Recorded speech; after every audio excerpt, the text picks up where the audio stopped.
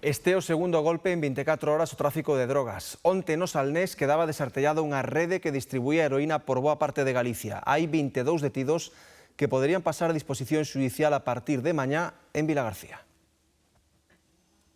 Golpe en toda a liña de flotación dunha importante rede que estaría distribuindo heroína por varias cidades galegas. Os 22 detidos serían os coñecidos como paqueteiros, é dicir, nin xeques nin peóns, senón narcos que estarían no nivel medio da cadea, os encargados de mover a droga en cantidades pequenas que igual roldan o kilo, pero que son pezas clave para que esa mercadoría chegue ao consumidor final. Se ha detenido a más de una veintena de personas que presuntamente tienen relación con el tráfico de drogas. E non calquera droga, heroína, unha sustancia que está volvendo con forza tras a caída dos prezos da cocaína.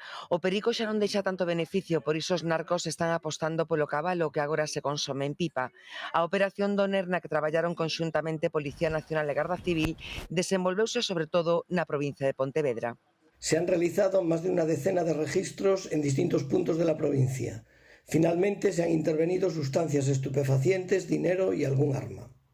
E o balance deses rexistros en Vilagarcía, Vilanova, Cambados, Vigo, Baiona, Soutomaior, pero tamén en Santiago. Non pasou nin un mes da última operación gorda, a Operación Saona. Foran 18 rexistros, 14 detidos a un e outro lado da ría da Arousa e un alixo de máis de 3.600 kilos de cocaína que chegaron á Pobra nun narcosubmarino. É o maior cargamento de cocaína incautado no que vai de ano en toda Europa.